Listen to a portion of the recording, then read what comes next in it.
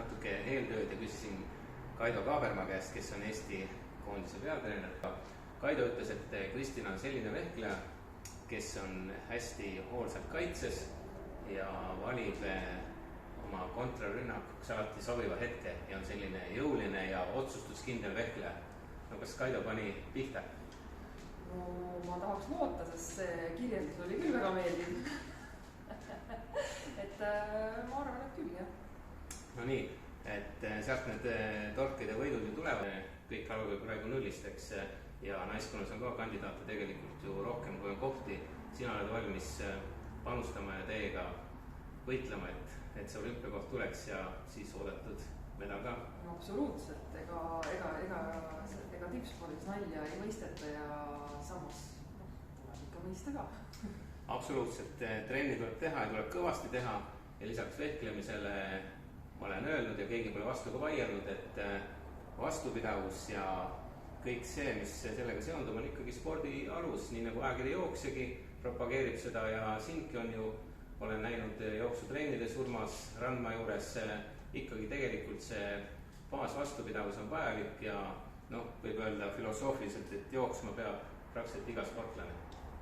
Mina ütleks küll jah, et jooks on kindlasti vastupidavuse üks päris kõva alustala ja kas või vehklemis, kui sa tahad ikkagi tervet päeva 14 tundi vastu pidada, siis ma usun, et jooks on üks parimaid viise, kuidas seda harjutada. Absoluutselt, aga Kristina, ütle mulle ka nüüd vehklemise seisukohast, mina seda ala nii palju ei tunne mulle. Kuidas oleks parem vehklemist jälgida, sest kui mina vaatan seda ala, tihtipeale on ju niimoodi, et ega väga hästi aru ei saa, kes keda torkab. Seda saad siis aru, kui läheb see lamp põlema või ütleme, sinu puhul käib üks selline võimas mööratus alati.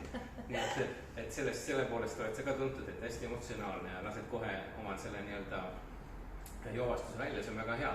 Aga mida me peaks nagu jälgima, et kas me peaks jälgima rohkem seda sportlase kehakeelt või hoidma pilgu rohkem sellel mõõgal või kus me saame nagu aru, et kus see torge parasti tuleb või kes on ka, ütleme, torkile lähedal? Ega alguses väga ei saagi, tegelikult ma võin öelda, kas või näitan oma ema pealt.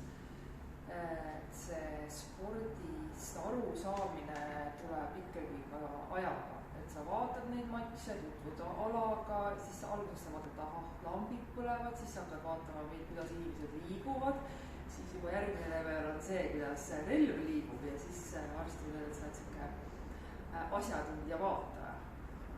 Aga tegelikult ilmselt tuleb jälgida kogu komplekti ja ma arvan, et alguses ei olegi see kõige lihtsam. No mis on vehklemises kõige tähtsam?